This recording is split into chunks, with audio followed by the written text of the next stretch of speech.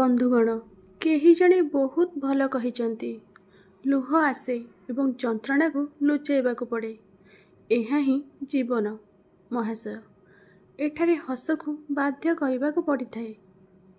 ନମସ୍କାର ବନ୍ଧୁଗଣ, ଆମ ଚ୍ୟାନେଲକୁ ହୃଦୟର ସହିତ ସ୍ୱାଗତ। ପ୍ରିୟ ବନ୍ଧୁମାନେ, ଆପଣମାନେ ନିଶ୍ଚୟ ଅନେକ କାହାଣୀ ଶୁଣିଥିବେ, କିନ୍ତୁ ମୁଁ ଆଜି ଆପଣଙ୍କୁ ଯେଉଁ କାହାଣୀ କହିବାକୁ ଯାଉଛି ତାହା କିଛି ଭିନ୍ନ ଏବଂ ଅନନ୍ୟ। ବନ୍ଧୁଗଣ, ଏହି କାହାଣୀଟି ଏକ ଝିଅ ଏବଂ ଏକ ସାପ ମଧ୍ୟରେ ଥିବା ସମ୍ପର୍କ ବିଷୟରେ, ଯାହାକୁ କେହି ବୁଝିପାରିଲେ ନାହିଁ।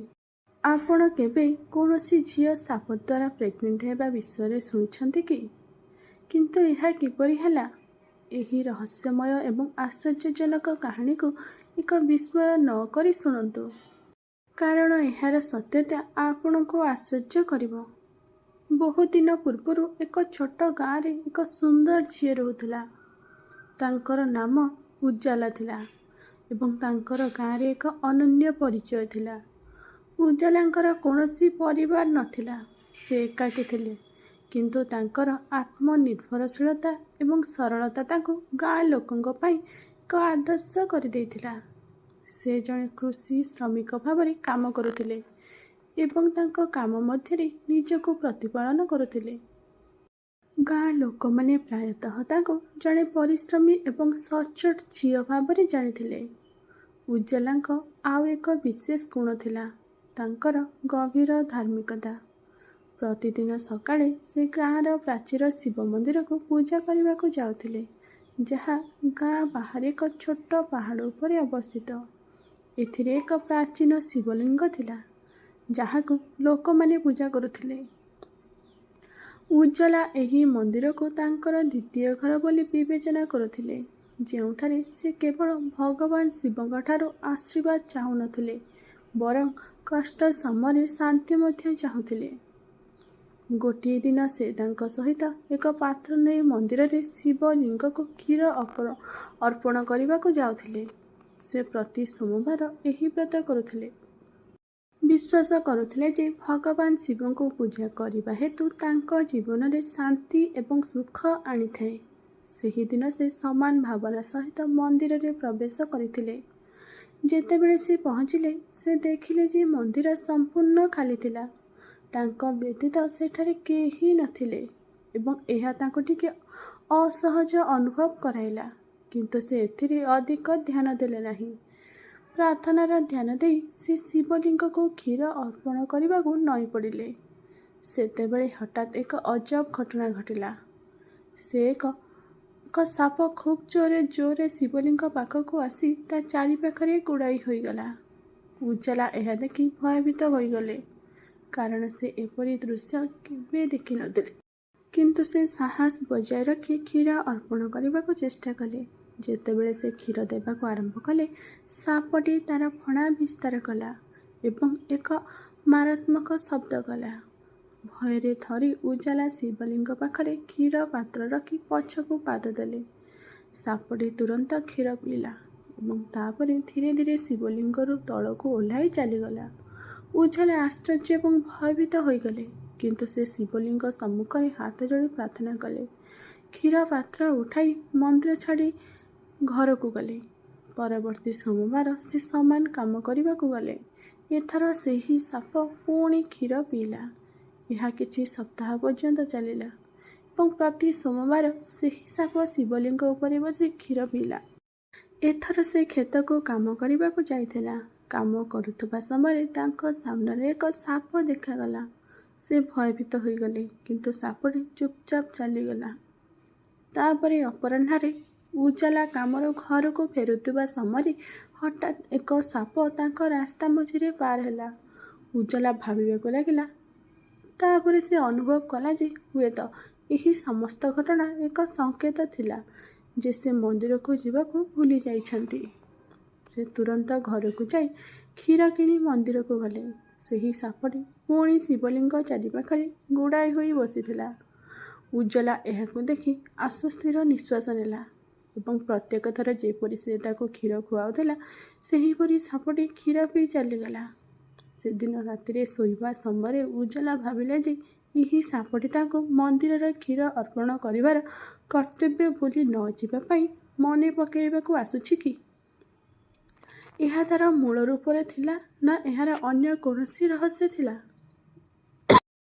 ସେ ଏହା ଭାବି ଶୋଇପଡ଼ିଲା। ପର ସପ୍ତାହ ସୋମବାର ଆସିଲା ଏବଂ ଉଜାଲା ପୁଣି ଥରେ କ୍ଷୀର ପାତ୍ର ନେଇ ମନ୍ଦିରକୁ ଗଲା। ଏଥର ଯେତେବେଳେ ସେ ମନ୍ଦିରରେ ପହଞ୍ଚିଲା, ସେ ଦେଖିଲା ଯେ ସାପଟି ଶିବଲିଙ୍ଗ ଚାରିପାଖରେ ଗୁଡ଼ାଇ ହୋଇନାହିଁ। ଏହା ଏକ ବାକ୍ସ ଉପରେ ବସିଥିଲା, ଯେପରି କିଛି ବାର୍ତ୍ତା ଦେବାକୁ ଚେଷ୍ଟା କରୁଥିଲା। ଉଜାଲା ଆଶ୍ଚର୍ଯ୍ୟ ହୋଇ ହସି କହିଲା, ଏବେ କ'ଣ ହେଲା? ତୁମେ ବାକ୍ସ ଉପରେ ବସିଛ କାହିଁକି? ତୁମେ ଭଗବାନ ଶିବଙ୍କ ଉପରେ ରାଗିଛ କି? ସେ ବାକ୍ସ ପାଖରେ କ୍ଷୀର ରଖିବା ମାତ୍ରେ ସାପଟି କ୍ଷୀର ପିଇବା ପରିବର୍ତ୍ତେ ବାକ୍ସରୁ ତଳକୁ ଓହ୍ଲାଇ ତା ଉପରେ ପୁଣି ଚଢ଼ିବାକୁ ଲାଗିଲା। ଏହା ଉଜାଲାକୁ ଆହୁରି ଆଶ୍ଚର୍ଯ୍ୟ କଲା। କିନ୍ତୁ ତାପରେ ସେ ଅନୁଭବ କଲେ ଯେ ସାପଟି କିଛି ବାର୍ତ୍ତା ଦେବାକୁ ଚାହୁଁଛି। ସେ ବାକ୍ସ ଖୋଲିଲା ଏବଂ ତା ଭିତରେ ଏକ ଚିଠି ପାଇଲା। ଚିଠି ଖୋଲିବା ଏବଂ ପଢ଼ିବା ପରେ ଉଜାଲା ଏହା ଦେଖି ଆଶ୍ଚର୍ଯ୍ୟ ହୋଇଗଲା। ଏଥିରେ ଲେଖା ଥିଲା, ମୁଁ ସାପ ନଥିଲି, ବରଂ ଜଣେ ମଣିଷ। ମୋର ଭୁଲ ପାଇଁ ମୁଁ ଏହି ରୂପ ପାଇଛି। ଯଦି ଜଣେ କୁମାରୀ ଝିଅ ମୋତେ 16 ସୋମବାର ପାଇଁ କ୍ଷୀର ଖୁଆଇବ, ତେବେ ମୁଁ ପୁଣି ଥରେ ମଣିଷ ହୋଇଯିବି। ଉଜାଲା ଥରି ଥରି ହାତରେ ଚିଠିଟି ପୁନର୍ବାର ପଢ଼ିଲା। ତାର ହୃଦୟ ଧଡ଼ ଧଡ଼ କରୁଥିଲା। ସେ ଭାବିଲା ଯେ ଏହା ସତ୍ୟ ହୋଇପାରେ କି? ଏହି ସାପ କେବେ ପ୍ରକୃତରେ ମଣିଷ ଥିଲା କି? ଉଜାଲାଙ୍କ ଆଖିରେ ଅନେକ ପ୍ରଶ୍ନ ଭରିଗଲା। କିନ୍ତୁ ସେ ଗୋଟିଏ କଥା ସ୍ପଷ୍ଟ ଭାବରେ ବୁଝିପାରିଲା, ଏହା କୌଣସି ସାଧାରଣ ସାପ ନୁହଁ। ଏହା ଏକ ଅଭିଶପ୍ତ ଆତ୍ମା ଥିଲା, ଯାହା ମୁକ୍ତି ଖୋଜୁଥିଲା। କମ୍ପିତ ସ୍ୱରରେ ଉଜାଲା ସାପକୁ ଚାହିଁଲା, ଯିଏ ଏବେ ବି ଶିବଲିଙ୍ଗ ପାଖରେ କ୍ଷୀର ପାତ୍ର ପାଖରେ ବସିଥିଲା। ପ୍ରଥମ ଥର ପାଇଁ ସେ ସାପର ଆଖିକୁ ଭଲ ଭାବରେ ଚାହିଁଲା। ସେ ସେହି ଆଖିରେ ଏକ ଭିନ୍ନ ଗଭୀରତା ଅନୁଭବ କଲା, ଯେପରି ସେ ତାଙ୍କୁ କିଛି କହିବାକୁ ଚାହୁଁଥିଲା। କେହି ଜଣେ ତାଙ୍କୁ ଡାକୁଥିଲା। ଉଜାଲା ଧୀରେ ଧୀରେ ହାତ ଯୋଡ଼ି କହିଲା, ଏହା କ'ଣ ସତ୍ୟ? ତୁମେ କ'ଣ ମଣିଷ? ସାପଟି କୌଣସି ଉତ୍ତର ଦେଲା ନାହିଁ। ସେ କେବଳ ଚୁପ୍ ହୋଇ ବସି ରହିଲା। ଉଜାଲା ଏକ ଦୀର୍ଘ ନିଶ୍ୱାସ ନେଇ ମନେ ମନେ ଭାବିଲା, ଯଦି ଏହି ଚିଠିଟି ସତ୍ୟ ହୋଇଥାଏ, ତେବେ ଏହାର ଅର୍ଥ ହେଉଛି ଏହି ସାପଟି କେତେ ବର୍ଷ ଧରି ଏହି ଅଭିଶାପରେ ଫସି ରହିଛି। କିଏ ଜାଣେ, ଯଦି ମୁଁ ପ୍ରତି ସୋମବାର ଏହାକୁ କ୍ଷୀର ଖୁଆଇବି, ତେବେ ମୁଁ ଆଶୀର୍ବାଦ ପାଇବି। ମୁଁ ପଛକୁ ହଟିବି ନାହିଁ। ମୁଁ ଏହାକୁ ମଣିଷ ହେବାରେ ସାହାଯ୍ୟ କରିବି। ସେ ସାପକୁ ଚାହିଁ ଧୀରେ କହିଲା, ମୁଁ ପ୍ରତି ସୋମବାର ତୁମକୁ କ୍ଷୀର ଖୁଆଇବି। ଯାହା ହେଉନା କାହିଁକି, ମୁଁ ତୁମକୁ ମଣିଷ ହେବାରେ ସାହାଯ୍ୟ କରିବି। ଏହା ଶୁଣି ସାପଟି ପ୍ରଥମେ ଟିକେ ହଲିଲା, ଯେପରି ସେ ତାଙ୍କ କଥା ବୁଝିପାରୁଛି। ତାପରେ ଧୀରେ ଧୀରେ ସେ କ୍ଷୀର ପିଇ ମନ୍ଦିରରୁ ବାହାରିଗଲା। ଏବେ ଉଜାଲା ପ୍ରତି ସୋମବାର ମନ୍ଦିରକୁ ଯିବା ଆରମ୍ଭ କଲା। ପ୍ରଥମେ ସେ କେବଳ କ୍ଷୀର ଆଣୁଥିଲା, କିନ୍ତୁ ଏବେ ସେ ଫଳ ଏବଂ ଫୁଲ ମଧ୍ୟ ଅର୍ପଣ କରିବାକୁ ଲାଗିଲା। ସେ ଅନୁଭବ କରିବାକୁ ଲାଗିଲା ଯେ ଏହା କେବଳ ଏକ ସାପ ନୁହଁ, ବରଂ ମଣିଷ ହେବାକୁ ଆଗ୍ରହୀ ଏକ ଆତ୍ମା। ଧୀରେ ଧୀରେ ଉଜାଲା ଏବଂ ସାପ ମଧ୍ୟରେ ଏକ ଅନନ୍ୟ ବନ୍ଧନ ସୃଷ୍ଟି ହେଲା।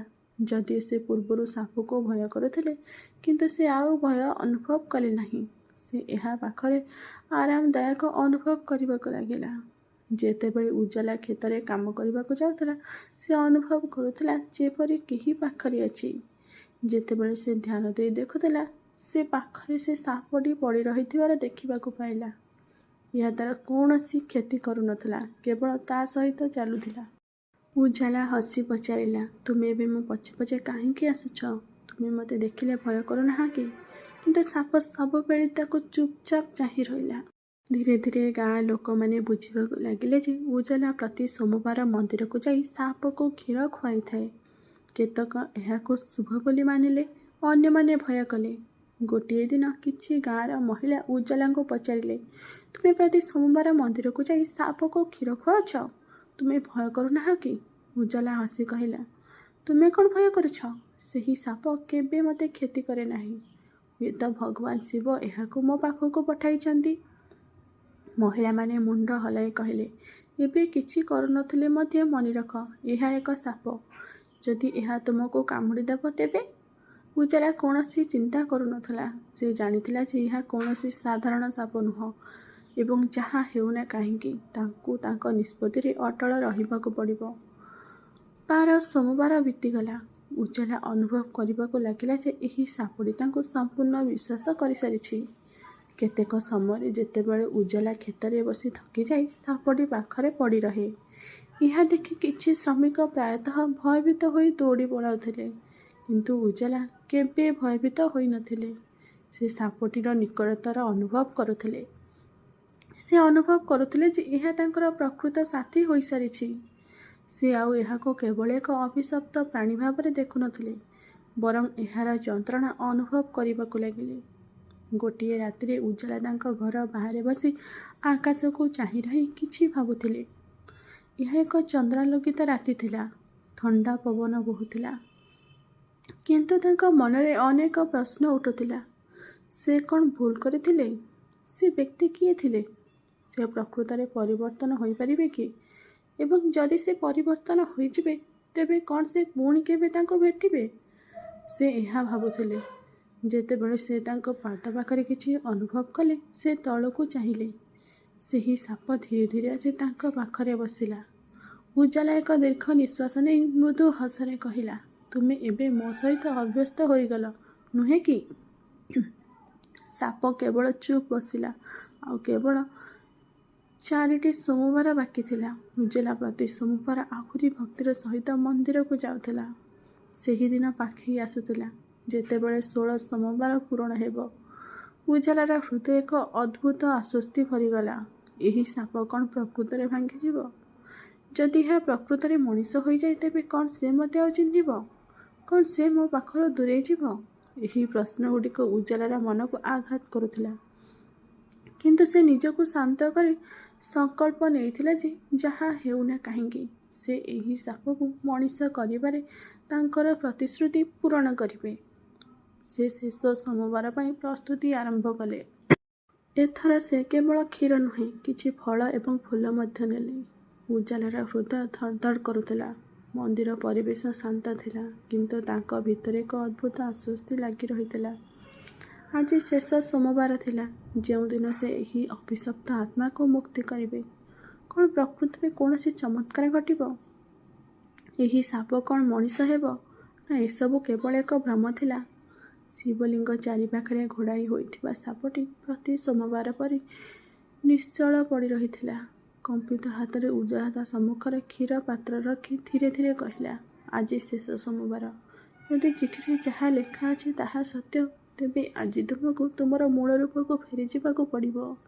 ସାପ ଧୀରେ ଧୀରେ କ୍ଷୀର ପିଇବାକୁ ଲାଗିଲା। ଉଜାଲାର ଆଖି ତା ଆଡ଼କୁ ଚାହିଁ ରହିଲା। ମନ୍ଦିରର ଘଣ୍ଟା ବାଜିଲା।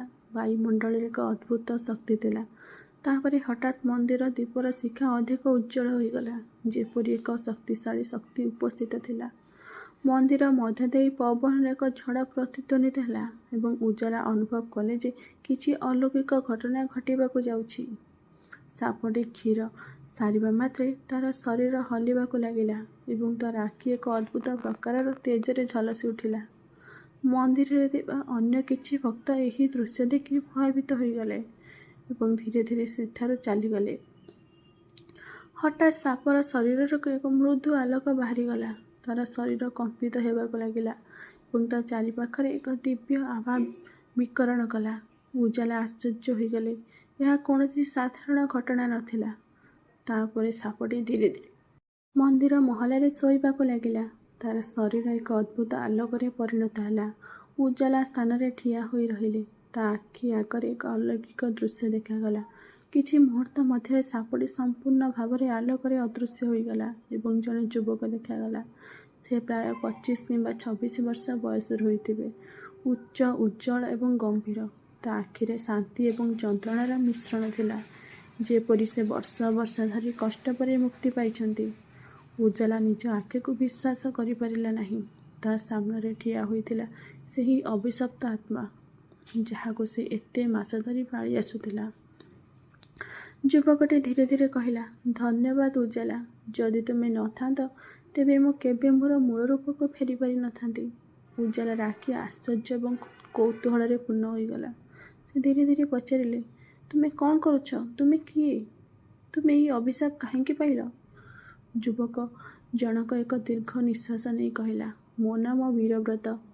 ଶତାବ୍ଦୀ ପୂର୍ବରୁ ମୁଁ ଜଣେ ରାଜକୁମାର ଥିଲି, କିନ୍ତୁ ଅହଙ୍କାର ଏବଂ କ୍ରୋଧ ଯୋଗୁଁ ମୁଁ ଜଣେ ମହାନ ଋଷିଙ୍କୁ ଅପମାନିତ କରିଥିଲି। ସେ ମୋତେ ଅଭିଶାପ ଦେଇଥିଲେ ଯେ ମୁଁ ସାପ ଭାବରେ ଜନ୍ମ ନେବି ଏବଂ ଯେପର୍ଯ୍ୟନ୍ତ ଜଣେ ସତ୍ୟ ହୃଦୟର ଲୋକ ମୋତେ ମାତ୍ର 16 ସୋମବାର କ୍ଷୀର ନ ଖୁଆଇଛି ମୁଁ ଏହି ରୂପରେ ଫସି ରହିବି। ତୁମେ କେବଳ ମୋତେ ମୁକ୍ତି କରିନାହଁ, ବରଂ ମୋର ଆତ୍ମାକୁ ପବିତ୍ର ମଧ୍ୟ କରିଛ। ଉଜାଲା ନିର୍ବାକ ହୋଇଗଲା।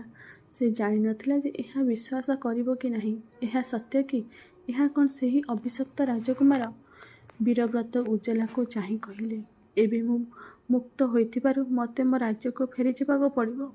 କିନ୍ତୁ ତୁମର ଏହି ଦୟା ମୁଁ କେବେ ଭୁଲିପାରିବି ନାହିଁ। ଉଜାଲାଙ୍କ ଆଖିରେ ଟିକେ ଆର୍ଦ୍ରତା ଥିଲା। ଏତେ ମାସ ଧରି ସେ ଏହି ସାପକୁ ତା'ର ବନ୍ଧୁ ବୋଲି ଭାବୁଥିଲା। ଆଉ ଏବେ ସେ ମଣିଷ ହୋଇଗଲା। ସେ କ'ଣ ସବୁଦିନ ପାଇଁ ଚାଲିଯିବ? ଉଜାଲା ଧୀରେ କହିଲା, ତୁମେ ଯିବ? ବୀରବ୍ରତ ହସି କହିଲା, ମୁଁ କୌଣସି ସ୍ଥାନକୁ ଯାଉନାହିଁ। ମୁଁ ଅଛି। ତୁମେ ମୋତେ ଗ୍ରହଣ ନ କରିବା ପର୍ଯ୍ୟନ୍ତ ମୁଁ ଏଠାରେ ରହିବି। ଉଜାଲା, ତୁମେ ମୋତେ ଏକ ନୂତନ ଜୀବନ ଦେଇଛ। ଏବେ ତୁମ ବିନା ଏହି ଜୀବନ ଅସମ୍ପୂର୍ଣ୍ଣ। ଉଜାଲାଙ୍କ ଆଖି ଆଶ୍ଚର୍ଯ୍ୟରେ ପୂର୍ଣ୍ଣ ହୋଇଗଲା। ସେ କଥା କହିପାରିଲେ ନାହିଁ। ଏହା କ'ଣ ସତ୍ୟ? ସେ ଯାହାକୁ ସାପ ବୋଲି ଭାବୁଥିଲା, ତାହା କ'ଣ ଏବେ ତାଙ୍କର ଜୀବନସାଥୀ ହେବାକୁ ଇଚ୍ଛା କରୁଥିଲା? ମନ୍ଦିରର ଘଣ୍ଟା ବାଜିଥିଲା। ଏହା ମନେ ହେଉଥିଲା ଯେପରି ଭଗବାନ ଶିବ ସ୍ୱୟଂ ଏହି ପବିତ୍ର ମିଳନକୁ ଦେଖୁଛନ୍ତି। ଉଜାଲାଙ୍କ ମନରେ ଅଗଣିତ ଭାବନା ଉଠୁଥିଲା। ଅବିଶ୍ୱାସ, ଆନନ୍ଦ, ସଂକୋଚ ଏବଂ ଏକ ଅବ୍ୟକ୍ତ ଭାବନା, ଯାହା ତାଙ୍କ ହୃଦୟକୁ ସ୍ପର୍ଶ କରିଥିଲା। ବୀରବ୍ରତ ଏବେ ତାଙ୍କ ସମ୍ମୁଖରେ ଠିଆ ହୋଇଥିଲେ। ଜଣେ ଦିବ୍ୟ ଆଲୋକମୟ ଯୁବକ, ଯାହାକୁ ସେ ନିଜ ହାତରେ ପାଳିଥିଲେ, ଯାହାକୁ ସେ ତାଙ୍କ ସମସ୍ତ ହୃଦୟରେ ଗ୍ରହଣ କରିଥିଲେ ଏବଂ ଯିଏ ଏବେ ତାଙ୍କ ଜୀବନର ସବୁଠାରୁ ଗୁରୁତ୍ୱପୂର୍ଣ୍ଣ ଅଂଶ ହୋଇଗଲା। ଉଜାଲାଙ୍କ ଆଖି ପ୍ରଶ୍ନରେ ପରିପୂର୍ଣ୍ଣ ଥିଲା, କିନ୍ତୁ ବୀରବ୍ରତଙ୍କ ମୁହଁ ଶାନ୍ତିରେ ପରିପୂର୍ଣ୍ଣ ଥିଲା। ସେ ଗୋଟିଏ ପାଦ ଆଗକୁ ବଢ଼ି ଉଜାଲାଙ୍କ ହାତ ଧରି କହିଲେ, ଜଲା, ତୁମେ ମୋର ଜୀବନସାଥୀ ହେବ କି? ଉଜାଲା ଆଶ୍ଚର୍ଯ୍ୟ ହୋଇଗଲା। ଏସବୁ ଏତେ ଶୀଘ୍ର କିପରି ଘଟିଲା? ପ୍ରକୃତରେ ଏହା ତାଙ୍କ ପାଇଁ ଭାଗ୍ୟ ସ୍ଥିର କରିଥିଲେ କି? ତାଙ୍କ ଆଖି ଲୁହରେ ଭରିଗଲା, କିନ୍ତୁ ସଂକୋଚ ଏବେ ବିଶ୍ୱାସରେ ପରିଣତ ହୋଇଗଲା। ସେ ଧୀରେ ଧୀରେ କହିଲେ, ଯଦି ମହାଦେବ ଆମ ପଥକୁ ଆସିଛନ୍ତି, ତେବେ କେହି ଏହାକୁ ବଦଳାଇ ପାରିବେ ନାହିଁ। ବୀରବ୍ରତଙ୍କ ଆଖି ଜଳିଗଲା। ସେ ମନ୍ଦିରରେ ଉଜାଲାଙ୍କ ଆଗରେ ଆଣ୍ଠୁ ମାଡ଼ି ବସି ତାଙ୍କ ସମ୍ମତି ମାଗିଲେ। ଏହା ଦେଖି ସେଠାରେ ଉପସ୍ଥିତ କିଛି ଗ୍ରାମବାସୀ ହସିଲେ ଏବଂ ଉଜାଲା ରାଜି ହୋଇଗଲେ। ପରଦିନ ଉଜାଲା ଏବଂ ବୀରବ୍ରତଙ୍କ ବିବାହ ଗ୍ରାମ ଶିବ ମନ୍ଦିରରେ ହୋଇଥିଲା। ଅଗ୍ନିକୁ ସାକ୍ଷୀ ରଖି ସେମାନେ ଶିବଲିଙ୍ଗ ସମ୍ମୁଖରେ 7ଟି ପ୍ରତିଜ୍ଞା କରିଥିଲେ। ଗ୍ରାମବାସୀମାନେ ଏହି ଦିବ୍ୟ ପ୍ରେମ କାହାଣୀକୁ ଗ୍ରହଣ କରିଥିଲେ ଏବଂ ସେମାନଙ୍କର ପବିତ୍ର ମିଳନ ଦେଖିଥିଲେ। ବିବାହ ପରେ ବୀରବ୍ରତ ଉଜାଲାଙ୍କୁ କହିଥିଲେ, ଆମକୁ ଏହି ଗାଁ ଛାଡ଼ି ଏକ ନୂତନ ସ୍ଥାନକୁ ଯିବାର ସମୟ ଆସିଛି। ଆମର ଅତୀତ ଦେଖି କେହି ଆମକୁ ଚିହ୍ନି ପାରିବେ ନାହିଁ। ଉଜାଲାଙ୍କର ବୀରବ୍ରତଙ୍କ ଉପରେ ପୂର୍ଣ୍ଣ ବିଶ୍ୱାସ ଥିଲା। ସେ ରାଜି ହୋଇଗଲେ ଏବଂ ସେମାନେ ଏକ ନୂତନ ଜୀବନ ଆରମ୍ଭ କଲେ। ଅନେକ ବର୍ଷ ପରେ ବୀରବ୍ରତ ଏବଂ ଉଜାଲା ଏବେ ଏକ ଖୁସି ଦମ୍ପତି ଥିଲେ। ସେମାନଙ୍କର ଏକ ସୁନ୍ଦର ଘର ଭକ୍ତି, ପ୍ରେମ ଏବଂ ବିଶ୍ୱସ୍ତତାର ପରିପୂର୍ଣ୍ଣ ଥିଲା। କିଛି ସମୟ ପରେ ଉଜାଲା ଗର୍ଭବତୀ ହେଲେ। ବୀରବ୍ରତ ଏବେ ଉଜାଲାର ସମ୍ପୂର୍ଣ୍ଣ ଯତ୍ନ ନେଉଥିଲେ ଏବଂ ତାଙ୍କୁ ଆହୁରି ଭଲ ପାଉଥିଲେ। ଏହିପରି ଦିନ ବିତିଗଲା ଏବଂ ସମୟକ୍ରମେ ଉଜାଲା ଏକ ପୁତ୍ର ସନ୍ତାନକୁ ଜନ୍ମ ଦେଲେ। ଏହାପରେ ସେମାନେ ଦୁହେଁ ଏକ ସୁଖୀ ଜୀବନଯାପନ କରୁଥିଲେ। ବୀରବ୍ରତ ଜଣେ ସମ୍ମାନିତ ପୁରୁଷ ହୋଇଯାଇଥିଲେ ଏବଂ ଉଜାଲା ପ୍ରତି ସୋମବାର ଶିବ ମନ୍ଦିରରେ କ୍ଷୀର ଅର୍ପଣ କରୁଥିଲେ, କିନ୍ତୁ କୌଣସି ଅଭିଶାପରୁ ରକ୍ଷା କରିବା ପାଇଁ ନୁହଁ, ବରଂ ତାଙ୍କର ଅଟଳ ବିଶ୍ୱାସ ଏବଂ ଭକ୍ତିକୁ ବଜାୟ ରଖିବା ପାଇଁ। ବନ୍ଧୁଗଣ, ଏହି କାହାଣୀ ଆମକୁ ଶିକ୍ଷା ଦିଏ ଯେ ପ୍ରକୃତ ଭକ୍ତି ଏବଂ ନିଃସ୍ୱାର୍ଥପର ପ୍ରେମରେ ଅପାର ଶକ୍ତି ଅଛି।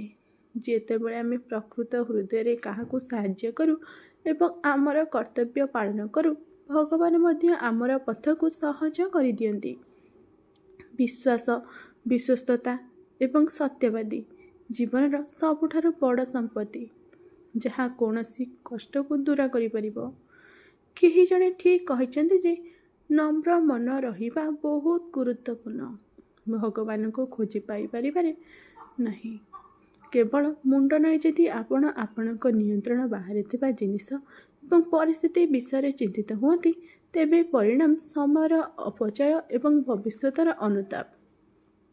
ଯଦି ଆପଣଙ୍କ ଦୁଃଖ ଉପରେ ଧ୍ୟାନ ଦିଅନ୍ତି, ତେବେ ଆପଣ ସର୍ବଦା ଦୁଃଖୀ ରହିବେ। ଯଦି ଆପଣ ଖୁସି ଉପରେ ଧ୍ୟାନ ଦିଅନ୍ତି, ତେବେ ଆପଣ ସର୍ବଦା ଖୁସି ରହିବେ। କାରଣ ଆପଣ ଯାହା ଉପରେ ଧ୍ୟାନ ଦିଅନ୍ତି ତାହା ସକ୍ରିୟ ହୋଇଯାଏ। ଶିବ ପୁରାଣରେ ଭଗବାନ ଶିବ କହିଛନ୍ତି ଯେ, ଯେପରି ଅନ୍ଧାରରେ ଆଲୋକର ଜ୍ୱାଳା ଝଲସେ, ସେହିପରି ସତ୍ୟ ମଧ୍ୟ। ତେଣୁ ସର୍ବଦା ସତ୍ୟର ପଥ ଅନୁସରଣ କରିବା ଉଚିତ। ମୃତ୍ୟୁ ଏକ ଅନିବାର୍ଯ୍ୟ ସତ୍ୟ, ଯାହାକୁ କେବେ ପରିବର୍ତ୍ତନ କରାଯାଇପାରିବ ନାହିଁ। ଏହି ଜଗତ ସୃଷ୍ଟି ହେବା ଦିନଠାରୁ ଜନ୍ମ ଏବଂ ମୃତ୍ୟୁର ଚକ୍ର ଚାଲୁ ରହିଛି। ଜଣେ ବ୍ୟକ୍ତି ଲକ୍ଷ ଲକ୍ଷ ଜିନିଷ ଜାଣିପାରେ, ଏପରିକି ସମଗ୍ର ବ୍ରହ୍ମାଣ୍ଡ, କିନ୍ତୁ ଯଦି ସେ ନିଜକୁ ଜାଣିନାହିଁ, ତେବେ ସେ ଅଜ୍ଞ। ଭଗବାନ ଶିବ କୁହନ୍ତି ଯେ, ଯଦି କେହି ଆପଣଙ୍କୁ ପ୍ରତ୍ୟକ୍ଷ କରେ, ତେବେ ଖରାପ ଅନୁଭବ କରେ ନାହିଁ, କାରଣ ସେ ପ୍ରକୃତରେ ଆପଣଙ୍କର ମୂଲ୍ୟ ଜାଣନ୍ତି ନାହିଁ। ଖରାପ ସମୟ ଚାଲିଯାଏ, ଏହା କେବଳ ଈଶ୍ୱର, ଯିଏ ଆମର ଧୈର୍ଯ୍ୟ ପରୀକ୍ଷା କରନ୍ତି। ଆପଣଙ୍କ ମୁହଁରେ ନିରନ୍ତର ହସ, ଏହାର ଅର୍ଥ ନୁହେଁ ଯେ ଜୀବନରେ କୌଣସି ସଂଘର୍ଷ ନାହିଁ। ଏହାର ଅର୍ଥ କେବଳ ଈଶ୍ୱରଙ୍କ ଉପରେ ଅଧିକ ବିଶ୍ୱାସ। ଯଦି ଆପଣ ଜୀବନରେ କିଛି ମହାନ ହାସଲ କରିବାକୁ ଚାହାନ୍ତି, ତେବେ ସର୍ବଦା ଦୁଇଟି କଥା ମନେ ରଖନ୍ତୁ। ଯାହା ହରାଇଛି ତାହା ପାଇଁ ଦୁଃଖ କର ନାହିଁ, ଏବଂ ଯାହା ପାଇଛ ତାହା କମ୍ ନୁହେଁ। ଜଣେ ବ୍ୟକ୍ତି ଶାରୀରିକ ଭାବରେ ଏତେ ଦୁର୍ବଳ ନୁହେଁ ଯେ ସେ ନକାରାତ୍ମକ ଚିନ୍ତାଧାରା ଦ୍ୱାରା କ୍ଳାନ୍ତ ହୋଇଯାଏ। କେବଳ 2 ଜଣ ବ୍ୟକ୍ତି ଜାଣନ୍ତି ଯେ ଆମେ ଜୀବନରେ କେତେ ଠିକ୍ ବା ଭୁଲ, ଈଶ୍ୱର ଏବଂ ଆମର ବିବେକ। ନକାରାତ୍ମକ ଚିନ୍ତାଧାରା ଆପଣଙ୍କ ମନରେ ପ୍ରବେଶ କରିବାକୁ ଦିଅନ୍ତୁ ନାହିଁ, କାରଣ ଏହା ହିଁ ଏକମାତ୍ର ଜିନିଷ ଯାହା ଆମର ଆତ୍ମବିଶ୍ୱାସକୁ ଦୁର୍ବଳ କରେ। ସଫଳତା କିଛି ନୁହଁ, କେବଳ ଏକ ବିଫଳତା। ଏହା ଜଣେ ବ୍ୟକ୍ତିଙ୍କ ସଂଘର୍ଷର କାହାଣୀ। ତୁମ ବିରୁଦ୍ଧରେ କୁହାଯାଉଥିବା କଥାଗୁଡ଼ିକୁ ନୀରବରେ ଶୁଣ। ବିଶ୍ୱାସ କର, ସମୟ ସେମାନଙ୍କୁ ଏକ ଭଲ ଉତ୍ତର ଦେବ। ଯିଏ ନିଜକୁ ନିୟନ୍ତ୍ରଣ କରିଛି, ତାର ବିଜୟକୁ ଦେବତାମାନେ ମଧ୍ୟ ପରାଜୟରେ ପରିଣତ କରିପାରିବେ ନାହିଁ। ଯଦି ଲୋକମାନେ ତୁମର ଭଲକୁ ଦୁର୍ବଳତା ଭାବେ ଭୁଲନ୍ତି, ତେବେ ଏହା ସେମାନଙ୍କର ସମସ୍ୟା। ତୁମେ ଏକ ଦର୍ପଣ ହୋଇ ରୁହ। ଯେଉଁମାନଙ୍କର ମୁହଁ ଖରାପ ଅଛି, ସେମାନଙ୍କୁ ଚିନ୍ତା କରିବାକୁ ଦିଅ। ଶିବ ପୁରାଣରେ ଭଗବାନ ଶିବ କହିଛନ୍ତି ଯେ, କର୍ମ ଯୋଗ ହେଉଛି ଏପରି ଯୋଗ ଯାହା ମାଧ୍ୟମରେ ଆମେ ଆମର ଆତ୍ମା ସହିତ ସଂଯୋଗ କରୁ। କର୍ମଯୋଗ ଆମର ଆତ୍ମା ଜ୍ଞାନକୁ ଜାଗ୍ରତ କରେ। ଏହାପରେ ଆମେ କେବଳ ଆମର ବର୍ତ୍ତମାନ ଜୀବନର ଲକ୍ଷ୍ୟ ହାସଲ କରିପାରିବା ନାହିଁ, ବରଂ ଆମର ଭବିଷ୍ୟତର ଏକ ଝଲକ ମଧ୍ୟ ପାଇପାରିବା। ଏହି ଯୋଗରେ କର୍ମ ମାଧ୍ୟମରେ ଈଶ୍ୱରଙ୍କୁ ପ୍ରାପ୍ତ କରାଯାଏ। ଶିବ ପୁରାଣରେ କର୍ମଯୋଗକୁ ସର୍ବୋତ୍ତମ ବୋଲି ବିବେଚନା କରାଯାଏ। ଏହି ଯୋଗ ଗୃହସ୍ଥ ଏବଂ ପରିଶ୍ରମୀ ଲୋକଙ୍କ ପାଇଁ ଅଧିକ ଉପଯୁକ୍ତ। କର୍ମଯୋଗ କର୍ମ ପାଇଁ କର୍ମ କରିବାକୁ ଶିଖାଏ। ବିନା ଆସକ୍ତିରେ କର୍ମ କର। ଜଣେ କର୍ମଯୋଗୀ କାର୍ଯ୍ୟ କରେ କାରଣ ସେ ସେଗୁଡ଼ିକୁ ଉପଭୋଗ କରେ। ସେ କାର୍ଯ୍ୟ ପରିତ୍ୟାଗ କରେ ନାହିଁ, ସେ କେବଳ ତାଙ୍କ କର୍ମର ଫଳ ପରିତ୍ୟାଗ କରେ ଏବଂ ଦୁଃଖରୁ ମୁକ୍ତ ହୁଏ। ଏହି ଜଗତରେ ତାଙ୍କର ସ୍ଥିତି ଜଣେ ଦାତା ପରି। କେବେ କିଛି ପାଇବା ପାଇଁ ଚିନ୍ତିତ ନୁହଁ। ସେ ଜାଣନ୍ତି ଯେ ସେ ଦେଉଛନ୍ତି ଏବଂ ପ୍ରତିବଦଳରେ କିଛି ମାଗୁନାହାନ୍ତି, ତେଣୁ ସେ ଦୁଃଖରେ ଫସି ନାହାନ୍ତି। ଏହି ଜଗତର କୌଣସି କାର୍ଯ୍ୟ ବ୍ରହ୍ମଠାରୁ ପୃଥକ ନୁହଁ, ତେଣୁ କାର୍ଯ୍ୟର ପ୍ରକୃତି ଯାହା ହେଉନା କାହିଁକି, ନିଃସ୍ୱାର୍ଥପର କାର୍ଯ୍ୟ ସର୍ବଦା ଈଶ୍ୱରଙ୍କ ନିକଟରେ ସମର୍ପିତ। ପୁନର୍ଜନ୍ମର କାରଣ ହେଉଛି ଇଚ୍ଛା କିମ୍ବା ଅତ୍ୟଧିକ ଇଚ୍ଛାର ସଂଗ୍ରହ। ଜଣେ କର୍ମଯୋଗୀ ତାଙ୍କ କର୍ମର ଫଳ ପାଇବାରେ ଫସିଯାଆନ୍ତି ନାହିଁ, ତେଣୁ ଇଚ୍ଛାର କୌଣସି ସଂଗ୍ରହ ହୁଏ ନାହିଁ। ଏପରି ଜଣେ କର୍ମଯୋଗୀ ପୁନର୍ଜନ୍ମର ବନ୍ଧନରୁ ମୁକ୍ତ ହୋଇଯାଆନ୍ତି। ଭଗବାନ ଶିବ କହିଛନ୍ତି ଯେ, ମାନବ ମନ ପବନ ପରି ଚଞ୍ଚଳ। ଏହା ହେଉଛି ମନ, ଯାହା ବ୍ୟକ୍ତିକୁ କାମନା ଦ୍ୱାରା ବିଚଳିତ କରିଥାଏ। ସଫଳ ଜୀବନ ପାଇଁ ଆମକୁ ନିୟନ୍ତ୍ରଣ କରିବା ଆବଶ୍ୟକ। ମନକୁ ନିୟନ୍ତ୍ରଣ କରିବା ମନର ଶକ୍ତିକୁ କେନ୍ଦ୍ରିତ କରେ। ଯାହା କାର୍ଯ୍ୟରେ ସଫଳତା ଆଣିଥାଏ। ଯେଉଁ ବ୍ୟକ୍ତି ନିଜକୁ ମନକୁ ଆୟତ୍ତ କରିସାରିଛି ସେ ଏଥିରେ ଉତ୍ପନ୍ନ ହେଉଥିବା ଅନାବଶ୍ୟକ ଚିନ୍ତା ଏବଂ ଇଚ୍ଛାରୁ ମୁକ୍ତ ଥାଏ। ଏହା ବ୍ୟତୀତ ସେ ସହଜରେ ତାଙ୍କର ଲକ୍ଷ୍ୟ ହାସଲ କରିଥାଏ। ଯଦି ଆପଣ ଆପଣଙ୍କ ମନକୁ ନିୟନ୍ତ୍ରଣ କରନ୍ତି ନାହିଁ ତେବେ ଏହା ଆପଣଙ୍କର ସବୁଠାରୁ ବଡ଼ ଶତ୍ରୁ ହୋଇଯିବ। ଭଗବାନ କହିଛନ୍ତି ଯେ ଯେଉଁ ବ୍ୟକ୍ତି ସୁଖ ଏବଂ ଦୁଃଖରେ ଶାନ୍ତ ରୁହେ ଯାହାର ଆସକ୍ତି ଭୟ ଏବଂ କ୍ରୋଧ ନଷ୍ଟ ହୋଇଯାଏ ଏବଂ ଯିଏ ଭଲ କିମ୍ବା ମନ୍ଦ ଦେଖି ଆନନ୍ଦିତ ହୁଏ ନାହିଁ କିମ୍ବା ଘୃଣା କରେ ନାହିଁ ସେ ସ୍ଥିର ମନ ଥିବା ଜଣେ ଋଷି ପରି। ଏପରି ବ୍ୟକ୍ତି ସ୍ଥିର ମନ ଏବଂ ବଶୀଭୂତ ଇନ୍ଦ୍ରିୟ ସହିତ ଜ୍ଞାନ ମାଧ୍ୟମରେ ଈଶ୍ୱରଙ୍କୁ ପ୍ରାପ୍ତ ହୁଏ ଏବଂ ସର୍ବଦା ସନ୍ତୁଷ୍ଟ ରହିଥାଏ। କ୍ରୋଧ